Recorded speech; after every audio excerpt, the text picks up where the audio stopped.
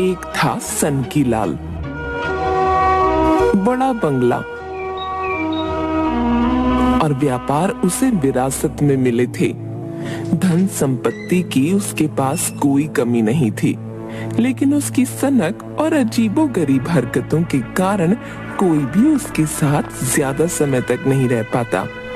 उसके घर में भी केवल वे ही नौकर टिक पाते थे जिन्हें उसकी आदत पता थी।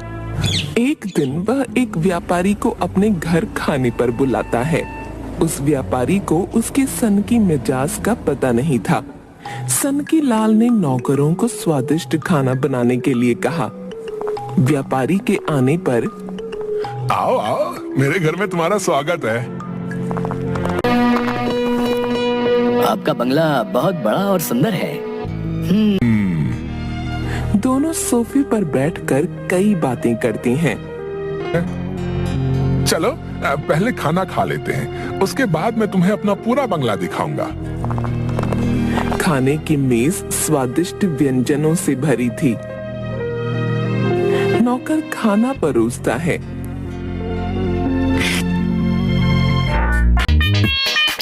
वाह, ये पुलाव तो बहुत स्वादिष्ट है। सनकीलाल जी, आप क्यों नहीं खा रहे? हाँ हाँ, क्यों नहीं। वह एक चम्मच में पुलाव लेकर अपनी नाक के पास ले जाकर आंख बंद करके उसकी खुशबू सूंघकर उसे दूसरी खाली प्लेट में फेंक देता है। वह ऐसा कई बार करता है। अब ये आप क्या कर रहे हैं? पुलाव खाने की बजाय सूंघ क्यों रहे हैं?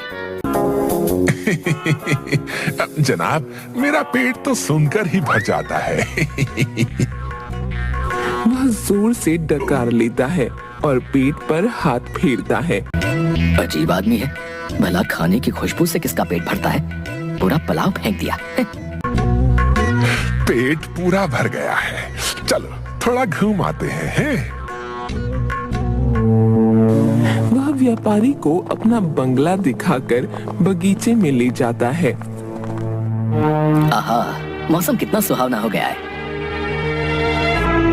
अरे कहाँ मर गए सारे, जल्दी आओ। दो नौकर भाग कर आते हैं। इतनी देर क्यों लगा दी आने में? कब से बुला रहा हूँ। मालिक, मैं सफाई कर रहा था। मालिक, मैं रसोई में था। वो देखो उस तितली को, कब से फूलों का रस चूस रही है? जाओ उसे अभी पकड़ कर लाओ। दोनों नौकर एक दूसरे को देखते हैं। अब देख क्या रहे हो, पकड़ो उसे। अगर 5 मिनट में तुम ये तितली नहीं पकड़ पाए तो तुम्हें पूरी रात यहाँ मच्छरों का मेहमान बनकर रहना पड़ेगा, समझ लो। दोनों नौकर तितली के पीछे भागते हैं, पर उसे पकड़ना तो दूर, छू भी नहीं पाते। वह एक फूल से दूसरे फूल पर झट से उड़ जाती। निकम्मो, 5 मिनट पूरे हो गए हैं? तुम दोनों बित्ते भर की तितली नहीं पकड़ पाए। हटो, मैं पकड़ता हूँ, छोड़ो। सनकीलाल तितली को पकड़ने उसके पास जाता है तो वह उड़कर दूसरे फूल पर पहुंच जाती है। वह वहां जाता है तो वह फिर उड़ जाती है और इस चक्कर में सनकीलाल फूलों की क्यारियों पर धड़ाम से गिर जाता है। अरे, ये क्या हो गया? सनकीलाल जी, आप बहुत अजीब इंसान हैं। हाय, बड़ा दर्द है। डॉक्टर उसे एक इंजेक्शन लगाता है तो वह बहुत जोर से चिल्लाता है। हाय, एक तितली ने मेरा क्या हाल कर दिया। हड्डियां अकड़ गई हैं। हाथ, पैरों और पीठ पर गर्म कपड़े से सिकाई करवा लीजिए और ये दवाइयाँ खाइए। दवाई? एक नौकर सनकीलाल की पीठ की सिकाई करता है। अरे धीरे कर, चलाएगा क्या? वह धीरे करने लगता है। इतना धीरे नहीं, थोड़ा तेज। बेचारा नौकर कभी धीरे कभी तेज करने लगा। क्या कर रहे हो? तुमने मेरा दर्द और बढ़ा दिया। आई, जाओ यहाँ से, किसी और को तो भेजो। दूसरा नौकर सिकाई करने लगता है। हाय, पूरा हाथ जला दिया। इस चक्कर में उसके कई नौकर काम छोड़कर चले गए। ठीक होने पर वह नए नौकरों को रखने के लिए कई आदमियों का इंटरव्यू लेता है। ये तुम्हारे हाथ को क्या हुआ है? जल गया था, उसी का निशान है। इसका मतलब तुम रसोई का काम नहीं कर सकते। तुम जा सकते हो। मैले कपड़े पहने दूसरा आदमी आता है। तुम अपने दांतों को कैसे साफ करते हो? दंत मंजन से। तुमने अपने कपड़े कब से नहीं धोए? सनकीलाल उसे बाहर जाने का इशारा कर देता है।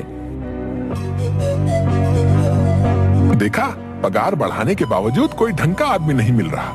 बाकियों को जाकर कहो कि कल आए। अब मैं थक चुका हूँ। इस तरह तो मालिक किसी को नहीं रख पाएंगे। मैं अकेले कब तक इन्हें झेलूंगा। तभी एक पतला दुबला आदमी उसके पास आता है। भाई, मुझे काम की सख्त जरूरत है। बाल बच्चों वाला आदमी हूँ। तुम कुछ मदद कर दो। तुम पहले कहाँ काम करते थे? एक सेठ के यहाँ। तुम अपनी ये चप्पल कब से इस्तेमाल कर रहे हो?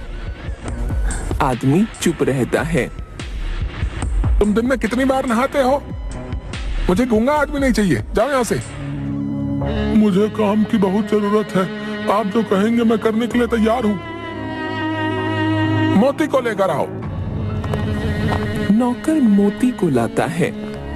देखो, आजकल मेरे बंगले की चौकीदारी ये कर रहा है। अगर तुम दौड़ में से हरा दो तो वो काम तुम्हें मिल सकता है।